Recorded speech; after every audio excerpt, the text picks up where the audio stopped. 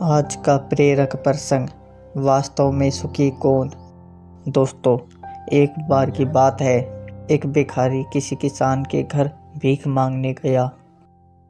किसान की स्त्री घर में थी, उसने चने की रोटी बना रखी थी। किसान जब घर आया, उसने अपने बच्चों का मुख चूमा।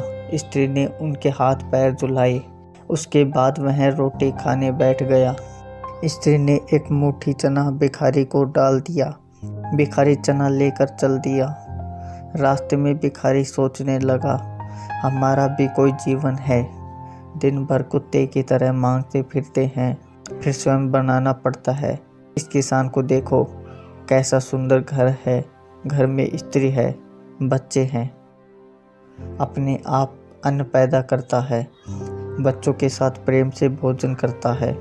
वास्तव में सुखी तो यह किसान है। इधर वह किसान रोटी खाते खाते अपनी स्त्री से कहने लगा, नीला बैल बहुत बूढ़ा हो गया है, अब वह किसी तरह काम नहीं देता। यदि कहीं से कुछ रुपयों का इंतजाम हो जाए तो इस साल का काम चले। साधुराम महाजन के पास जाऊंगा, वह ब्याज पर दे देगा। भोजन करके वह साधुराम महाजन के पास गया। बहुत देर चिरोरी विनती करने पर 1 रुपये सैकड़ा सूद पर साधु ने रुपये देना स्वीकार किया। एक लोहे की तिजोरी में से साधुराम ने एक थैली निकाली और गिनकर रुपये किसान को दे दिए। रुपये लेकर किसान अपने घर को चला। वह रास्ते में सोचने लगा, हम भी कोई आदमी हैं, घर में 5 रुपये भी नगद नहीं। कितनी चिरोरी विनती करने पर उसने रुपये दिए हैं। साधु कितना धनी है, उसके पास सैकड़ों रुपये हैं। वास्तव में सुखी तो यह साधुराम ही है। साधुराम छोटी सी दुकान करता था। वह एक बड़ी दुकान से कपड़े ले आता था और उसे बेचता था। दोस्तों, दूसरे दिन साधुराम कपड़े लेने गया। वहाँ सेठ पृथ्वीचंद की दुकान से कपड़ा लिया। वह वहाँ बैठा ही था कि इतनी देर में कई तार आए। कोई बम्बई का था तो कोई कलकत्ते का। किसी में लिखा था 5 लाख मुनाफा हुआ, किसी में 1 लाख का। साधु महाजन यह सब देखता रहा। कपड़ा लेकर वह चला आया। रास्ते में सोचने लगा, हम भी कोई आदमी हैं। 100-200 जुड़ गए, महाजन कहलाने लगे। पृथ्वीचंद कैसे हैं, एक दिन में लाखों का फायदा। वास्तव में सुखी तो यह है। उधर पृथ्वीचंद बैठा ही था कि इतने ही में तार आया कि 5 लाख का घाटा हुआ। वह बड़ी चिंता में था कि नौकर ने कहा, आज लाट साहब की राय बहादुर सेठ के यहाँ दावत है, आपको जाना है, मोटर तैयार है। पृथ्वीचंद मोटर पर चढ़कर राय बहादुर की कोठी पर चला गया।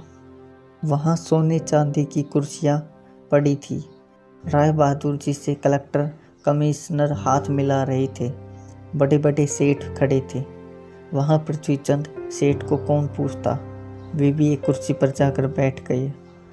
लाट साहब आए, राय बहादुर से हाथ मिलाया, उनके साथ चाय पी और चले गए। पृथ्वीचंद अपनी मोटर में लौट रहे थे। रास्ते में सोचते आते हैं, हम भी कोई सेठ हैं। 5 लाख के घाटे से ही घबरा गई। राय बहादुर का कैसा ठाठ है। लाट साहब उनसे हाथ मिलाते हैं। वास्तव में सुखी तो ये ही हैं। दोस्तों, अब इधर लाट साहब के चले जाने पर राय बहादुर के सिर में दर्द हो गया। बड़े बड़े डॉक्टर आए, कमरे में पड़े थे। कई तार घाटे के एक साथ आ गए थे, उनकी भी चिंता थी। कारोबार की भी बात याद आ गई, वे चिंता में पड़े थे। तभी खिड़की से उन्होंने झाँक कर नीचे देखा। एक भिखारी हाथ में एक डंडा लिए अपनी मस्ती में जा रहा था। राय बहादुर ने उसे देखा और बोले, वास्तव में तो सुखी यही है। इसे न तो घाटे की चिंता, न मुनाफे की फिक्र। इसे लाट साहब को पार्टी भी नहीं देनी पड़ती। सुखी तो यही है। शिक्षा। तो इस प्रसंग से हमें यह पता चलता है कि हम एक दूसरे को सुखी समझते हैं, पर वास्तव में सुखी कौन है, इसे तो वही जानता है। जिसे आंतरिक शांति है, जिसे आंतरिक सुकून है। आप चाहे भिखारी हों या चाहे करोड़पति हों, लेकिन आपके मन में जब तक शांति नहीं है तब तक आपको सुकून नहीं मिल सकता। सदैव प्रसन्न रहिए। जो प्राप्त है पर्याप्त है, जिसका मन मस्त है उसके पास समस्त है।